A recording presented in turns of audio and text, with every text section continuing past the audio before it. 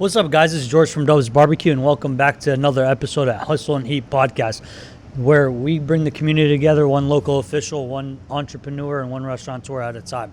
Today, I'd like to welcome a special guest, former mayor, a current Northport City Commissioner. Without further ado, I'd like to welcome Phil Stokes. Phil, thank you for being on the podcast. We appreciate you coming on. Well, thank you for having me. It's a pleasure, George. Yes, sir. Tell us a little bit about yourself. Well, originally grew up in the Jersey area. Went to college down in Washington, D.C. Got myself a degree in business administration, majored in accounting and a little pre-law. And then went to work. Mostly spent half my career doing financial work, mergers and acquisitions, worked for a number of companies and small firms. And then about halfway through my career, when my boss retired, I went into business for myself. I owned a little residential security company, installed security systems, a product made by AT&T, and did that until they stopped selling it retail.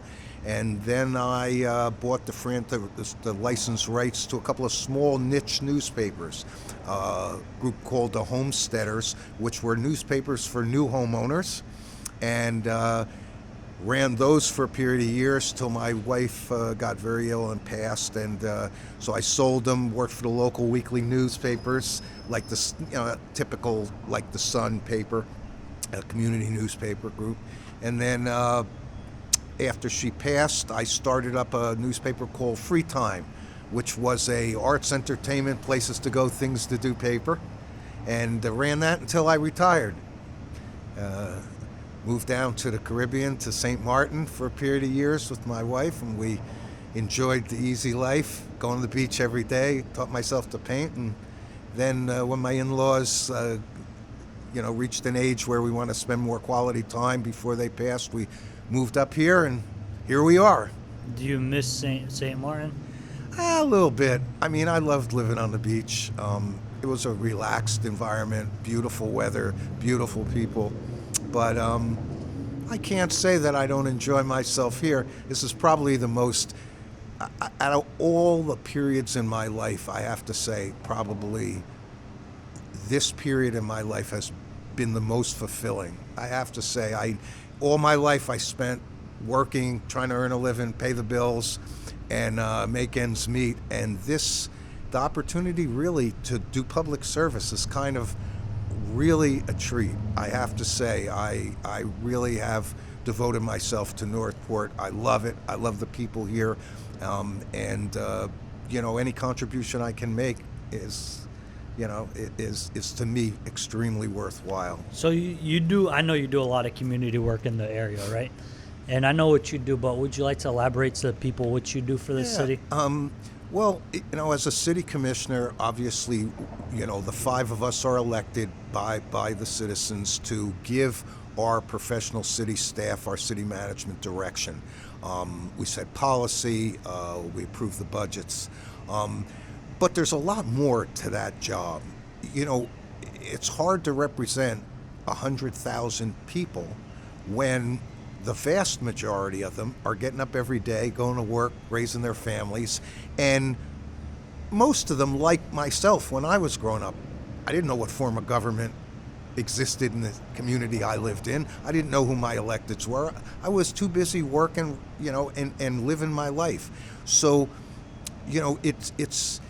it's important that, I think, for any elected to be really immersed in the community. So, I sit on as an ex officio board member on the Chamber of Commerce.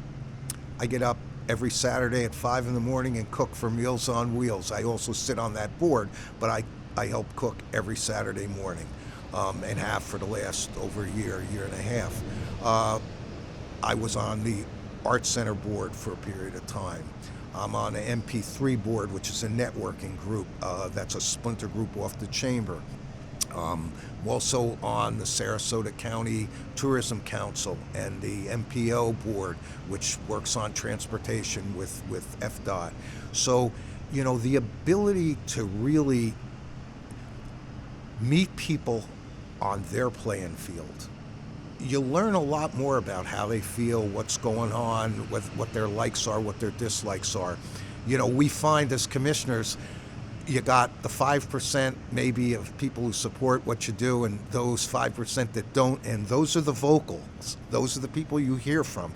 They're entitled to voice their opinions. They have their opinions. But what about the other 90+%? Yeah, so how do you, there's always going to be people who voice their opinions, like you said, but how do you get the other 90% to be aware and voice their opinions?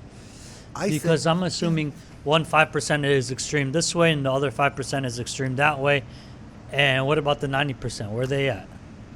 Most of them, if they really wanted to make the decisions that affect their lives, they would get involved in politics. They would run for office. They would join advisory boards. They elect people who they want to be their representatives, and hopefully those folks will do the best for the city and the best for the most people. So how do you know what they're thinking?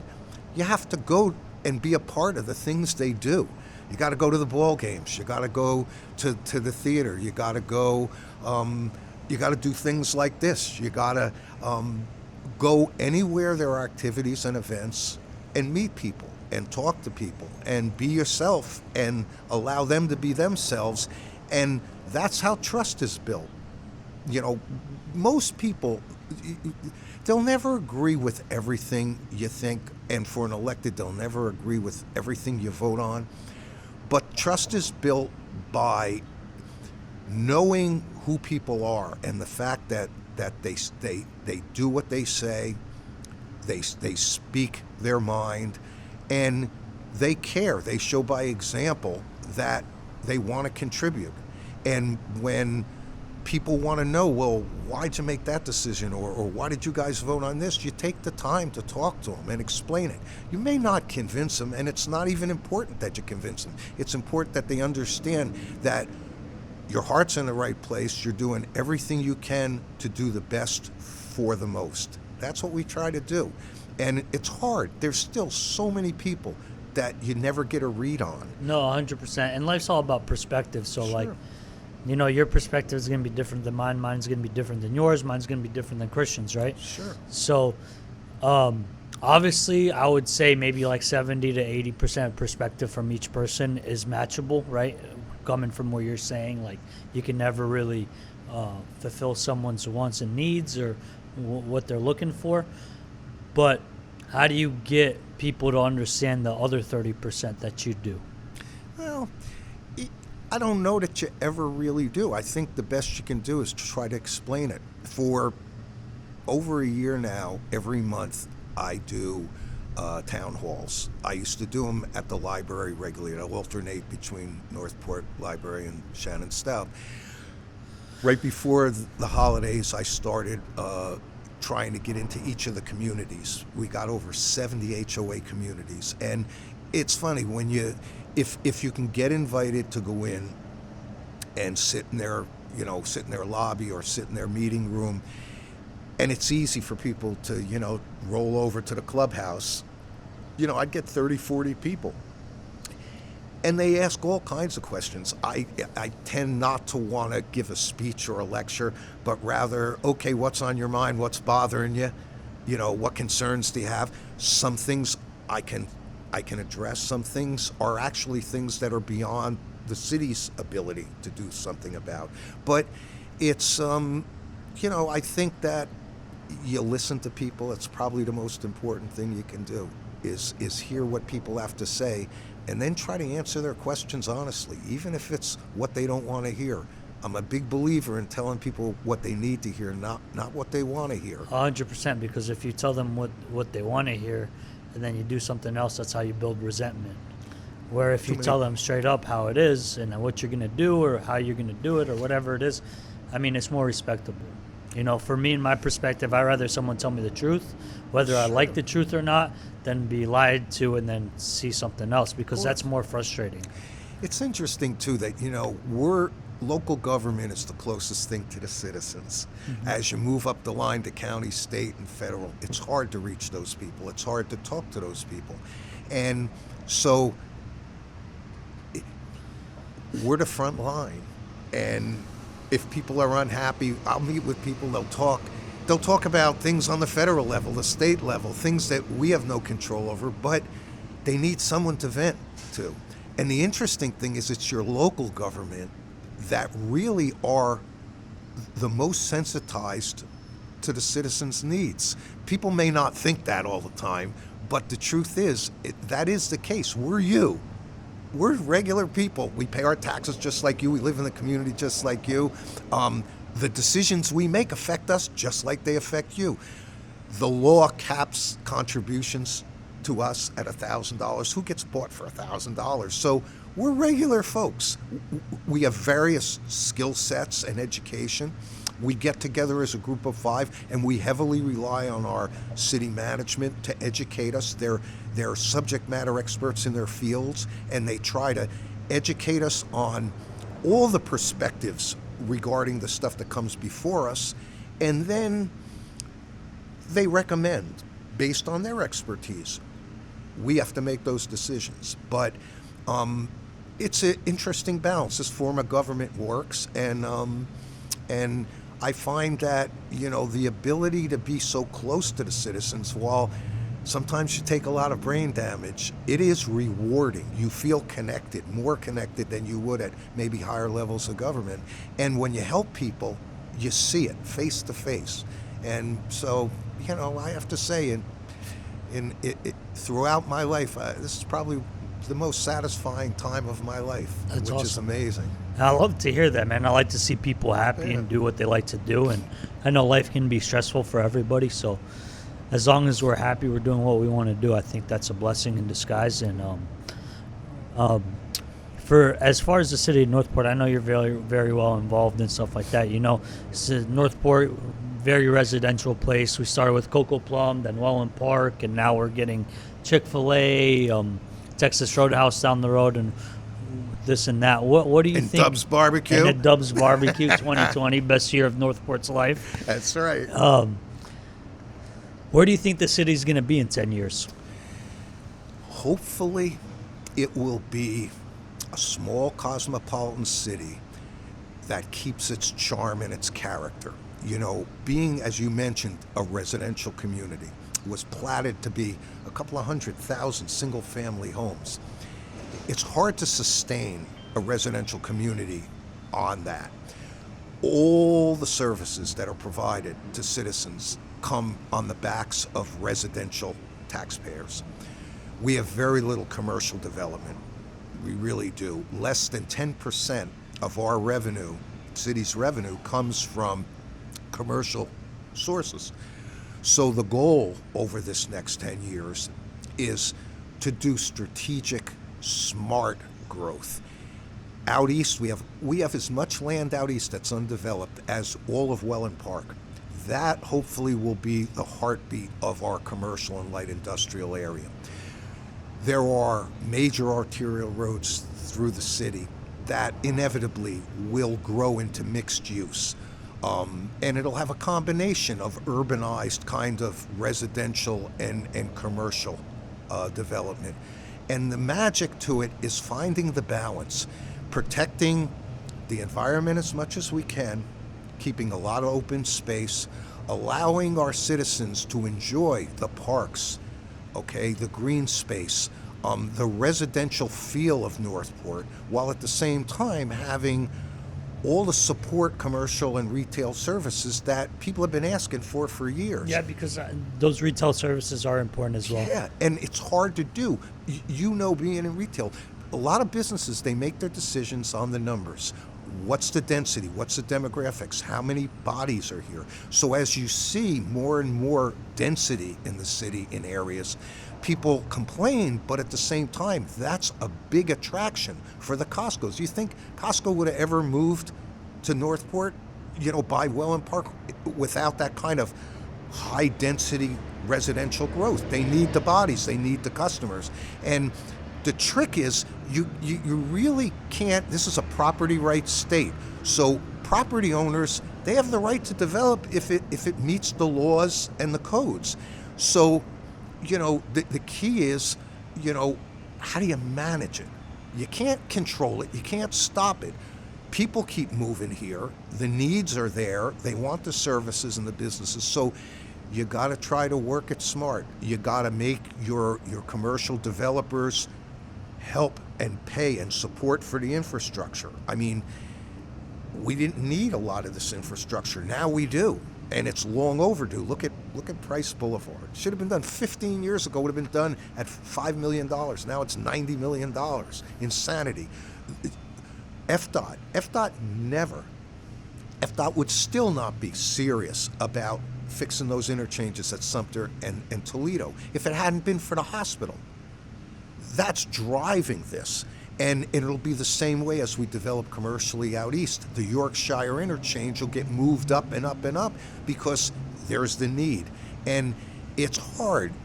Development partners need to realize if they want to do business in Northport and they want the benefit of our citizenry and our citizens' dollars, then they're going to have to step up and they're going to have to contribute. They're going to have to help fund all our infrastructure, some of our parks and recreation areas, and work with the city to keep their development in a family-friendly kind of environment. And it's not easy. I mean, every decision has its detractors, but we do the best we can with 100%. Every decision has its pros and cons. But I feel like as a city, we need to continue to grow and continue to attract more and more residents. I feel like we have a lot of potential, and I agree with you. We got to find a balance between nature and, commercial and retail and stuff like that. I mean, even residentially, people look at all the apartments and they go, what are they doing? They're building all this stuff. Like, who's going to fill them up? But they're full. And yeah, they fill right up, and the rents are outrageous. I frankly hope they overbuild because supply and demand. What's going to happen if there's more units? Go down. Prices are going to come down, and it's better for the people. Yep. And for a long time, there's certainly many quarter-acre single-family lots to buy, but the ability to have a diversity of housing types. Everything from apartments to condos, affordable living, villas, townhouses, 100%. and We're a singles. community. We need that. We have different levels of people from different parts of the world, and some person might prefer an apartment or can only afford an apartment, or someone can afford a condo, a house, whatever it is, and we need to be able to cater to everybody's needs. Like, that's what I try to do when I first opened Dubs. Like, I want everybody to come in here. So how do I cater to everybody's needs? I'm going to have low option food items that's still good. I'm going to have high option food items that's still good, and middle option food items. And the other thing you do, which I think is great, is your community engagement. Big time. Let's face it, people do business with people they like. They do business with people who want them to do business. And it's, you see it. The more involved, the more connected, the better we do. That's true. Yeah. And it's you do business with people like and trust. You know what I'm saying? That's right. And so that's why I'm big on the community. Not only that, like to just help people out and get my name out there. And so that's what it is. Get people to know my face, my name, help people out, build business connections. Like, I would have never met you if I never networked. That's right. Or I never did community work. That's right. You know what I'm saying? So that's right. Think of all the people we get to know, our chamber involvement. I mean, talk about a great chamber. I lived all over the country, with business that I was involved in. I was in members of a lot of different chambers. I've never seen a chamber like this. It is such an incredible group of people who help each other, work off each other, recommend each other, help each other. And it's tremendous. Honestly, it's the best networking networking association I've seen. Yep, it is. You know what I mean? And Bill and Emily, they do a great job. They have the perfect personality for it, and they care. They do. And it's the same thing. I like to hire people who care, because work ethic and caring is two different things to me. That's right.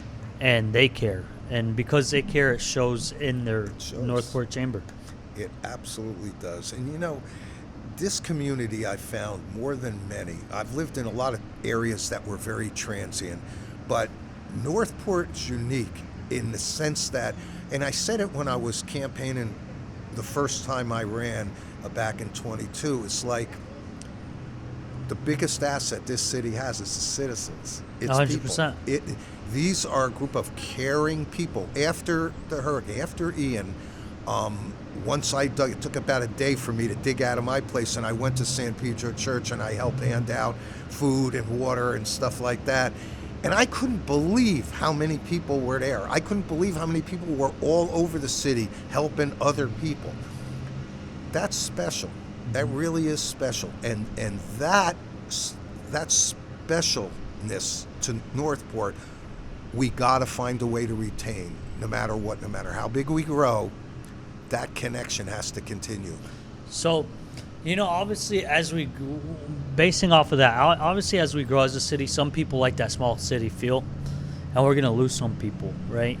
And we're going to gain some people, but how do we keep that energy and keep the community the way it is now? Because it's not always going to be like this. Like, we grow, people are going to leave, people are going to come. It's just part of life. I think having enough offerings, as a city government, caring enough to continue to expand our parks and recreation, to have enough events from the police and fire rescue and other departments. I mean, we're trying continually to engage with the community and involve people in the community. Plus, we're in a way fortunate. While it's tough to manage a city of over 100 square miles, it is huge. At the same time, it's a city where you can have a little bit of everything. If you really want to be kind of left alone and be on your own, you got the opportunity. You can live out in the estates, and there are areas. It's nice out there. Oh, it's beautiful. I love it out there. Oh, I didn't even know the estates existed when I moved here. The first time I was introduced to the estates was doing a catering order in 2020. And I drove out there and I was like, what the hell is this? I mean... And now I like to, whenever I'm stressed out or whatever, I'll just drive there. And I'll just roam the streets. When I was running for election, Bobby Shoddy and his Facebook page was very kind to me. He said a lot of nice things, supported my campaign. And I thought, Jesus, this is a guy who he only knows what he's learned a little about me. And so one evening, I said to Val, hey, you want to do something crazy? Let's get in the car. We're going out to the estate. She said, where? I said, come on. We got in the car. We drove out. I couldn't believe we actually found Post 254 out there in the woods, right? But we did. We came in and Bobby was doing his karaoke night. And I walked in, and he stopped the karaoke, and he said, I can't believe who's here, blah, blah. And he introduced me around, and we spent a couple hours having a few beers with everybody, getting to know people. And, then we came to a few. We would go periodically to the Sunday jam sessions. That's how you get to know people, by participating in your community. And it was like, I said, wow, this is a whole world out here that I didn't even know existed. And you look around and there's all kinds of different pockets. As we grow, you'll see off of Toledo Blade and some of those areas will be little urbanized areas where you can live, work, and play. Because we don't really have a downtown. It would have been nice to have a big downtown, but we don't. So we could create... Are we ever going to get one? Probably not a big downtown, but we can create a lot of little urbanized areas. Over by Bottle Lake behind Pink Tequila. There's a beautiful lake back there in those woods. Is there? One of these days, whoever owns that property is going to develop. What a place to have condos overlooking the lake and restaurants and stores. How big's the lake? Really good size. Let's see, if I'm judging that Welland Park's Grand Lake is 70 acres, I would say maybe 20 or 30 acres. I mean, I'm guessing, nice, but it's a good size. I was shocked. You walk out the back, out there one of these walk days. around behind the building, and there's a little dirt path, and I guess the kids go drink beers back there and other things, God knows what. But you walk through, and then all of a sudden, there's the lake. But I think that's the way we can create some unique type of situations in the city, because it would have been nice to take all that land around City Hall and turn that into a wonderful downtown, but it didn't happen, you know. So how can a city do that though? I mean, because you like you said earlier, developers own that land, right? They have to develop it. But if the city wants a vision or has a vision for downtown or this or that, how does a city execute that? Amazingly, what was a 10-year process and then really torqued up in the last couple of years, the ULDC rewrite, the zoning rewrite, helped do that. It created a blueprint that allowed for mixed use and commercial type growth, and in the devil in the details about setbacks and noise ordinances and landscaping and parking. All those things will hopefully go to make it a good balance, but it set the stage for property owners to be able to take advantage of their properties and develop them in the way they wanted. And the biggest driver is population. When you're 30, 40,000, it's really hard to attract the kind of commercial and retail development that a community likes. So you got to get in your car and you got to drive wherever it is. I think that the growth in residential population is the biggest driving force in doing that. We can't create it. We can't do it. We can encourage it. We can manage it. We can stimulate it, and we can try to protect and balance it. But it really comes down to what drives you as a business. What drives this company as a business. Why would you want to be here? Well, you got the people, you got the labor force, you got the affordability, you got a friendly city who wants to try to make it easier for you to do business. You got the support organizations like the Chamber and other groups who work to help businesses as they come to the community. And I think it takes a village, it takes all of us to help that happen. It's the funniest thing to hear people say, oh, there's another mini storage or another car wash. They're all full. Well, and they say, why does the city do this? Why are they building that? Why are they have any say? No, we don't have any say. Think about it. If you owned a piece of property that was commercially zoned and you wanted to put up a warehouse, why? Because the space is needed, and the city said, no, we got enough of those. I mean, first of all, you'd be sued, but you can't do it. I just feel like a lot of people don't understand how it works. And they get mad at these apartments, these storage units, this, that, the other. But it's needed, man. It really is. And it's why I encourage people, the city has tried. People will say, we've built a communications department and we've built programs to help people understand. You look at what the Chamber does with its leadership class, okay, of which I was a part last year, and it was great. The city has had what they call a safety academy that the police and fire rescue put on for years.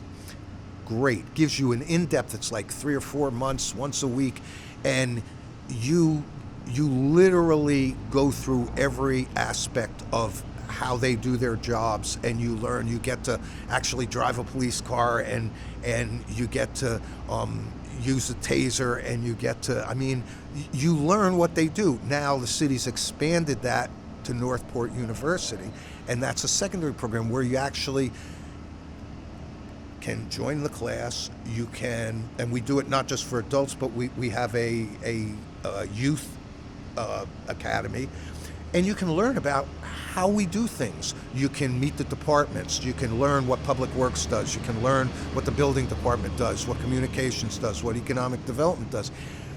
The ability for people to learn how we function is incredible. I mean, none of us, before we got elected, really had a great gauge on how our government worked. And a year before I got elected, I spent every meeting, every workshop, sitting in that chamber, watching and learning and understanding. It helped shorten my learning curve, but once I got elected, there was still so much I didn't know. How money works, how controlled, what you can spend money on. Like, Utilities brings in certain money, public works, road and drainage. You just can't use it anywhere. It has to be dedicated to certain things. Only our general fund can be used for a broad base of services. So there's so much to understand. And, again, citizens are busy living their lives. So you can't force them to know or learn, but we try to create enough opportunity for those who are interested to find out. And then they pass it on. They teach each other. They tell each other. When someone says, I don't understand that, why are they doing that? And their neighbor says, oh, gee, I was in this academy, I went to this class, and here's how it was explained to me. And they go, wow, I never thought about that. That's how we do it. It's a never-ending process, but, that's going back to how we started this conversation. That's a part of what being an elected's all about. And you can do the job in 20, 25 hours a week, or you can do the job in 40 to 50 hours a week. Depends on how committed to the community you are, how much you're willing to give. And we're hoping that going forward, as we've raised compensation levels for commissioners, to try to attract younger people. You look at our commission, we're pretty much a bunch of old goats. And it's because we can afford to, Let me get in there. Exactly. And that's the point. You look at the last campaign or so, younger people. That's we're 47, 48 years as an average age. What about 29? What's that? What about 29-year-old? That works too. But what I'm saying is that we're the youngest city in the county by far. And our representatives have always been typically more senior folks because they have the freedom to do it. They don't need the money as much. They have the time to do it. We need to make sure that since we have a top-notch professional, educated, knowledgeable professional staff who run the day-to-day, we need a commission, an elected body that has a basic education and occupational experience that can interface with these people, that can take what they tell us and show us, think it through and decide, is this the best? Are there other options? And, so that's going to be an ongoing process. And each of us, I personally am committed to, I'm finishing up my first 4 years. I've declared I'm running again for the next 4 years, and hopefully I'll get elected. But part of what I'll do, hopefully once I get reelected, is to start grooming people who want to participate and who are willing to do it. I want to participate. You don't live in my district. You have to move to see the way I just bought a house. Yeah, and you can run. The city's broken into 5 districts. In order to run, you run as a member of your district, but everyone in the city can vote for you. But you have to have lived in your district for a year before you can run, and then you have to live in your district for the full 4 years you're in office. So I live up in Welland Park, so that whole area coming all the way down to almost the Biscayne area, maybe Mineral Springs area, although a lot of that's unincorporated, that's my district. So anyone who runs for District 5 has to live in that area. But wherever you live, you can run when the slot opens up. This coming year in November 26, District 4 and 5 will be up. Pete Emmerich is terming out. Which one's 4? 4 is the area from Biscayne, up probably close to Sumter-ish and down towards Price. So that hub. What about behind Cocoa Plum? What district is that? Off of Salford. You got District 1 runs, I believe, out into the estates and covers the Heron Creek, the downtown area. Then you got the area, I think it's 3, that's where David Duval presently represents. Well, we represent the whole city, but that's where he lives. And that covers the area I believe you live in, I think. And then there's further out east which is where Barb Langdon lives. And so, you can pull up a map and see where those districts are, but, that would be, for anyone who's interested in running, you look at where your district is. 4 and 5 are up in 26, and then in 28, the other 3 will be up for re-election. So it's, hopefully we will get people who do it not for personal reasons or for special agendas. No, for the community. But do it because they want to give back to the community and they think they can make a difference. And they're willing to make the commitment. That's really, I think, so important is the realization that you're representing everybody. And so you're going to have to try to make the best decisions for the most people, knowing every decision's going to piss some people off. Everything. All right, Phil, we're gonna wrap this up. One last question for you. You've lived many lives in this life of yours, right? You worked, you full-time vacationed on the island. Now you're giving back to the community. What does the next 10 years look like for you? Well, hopefully, the citizens will think I did a fairly decent job, and I was honest, and I was inclusive and transparent, and hopefully they'll re-elect me, and I'll spend the next 4 years representing this city like I have the last 4, to make sure that the growth we experience is done smartly and strategically and in the best interests of the most people. And then after that, I'll find another way. I'll continue to cook at Meals on Wheels. I'll continue to be involved in We're going to throw a chamber. fundraiser here for Meals on Wheels. I know. Yeah. And there are so many things you can do right up to the day you drop, and that's what I plan on doing. All right, buddy. Well, it was a pleasure having you on. Thank you, man. It was a pleasure being here. All right. Thank for you so all much. of you, please like, comment, and subscribe. Thank you for watching again.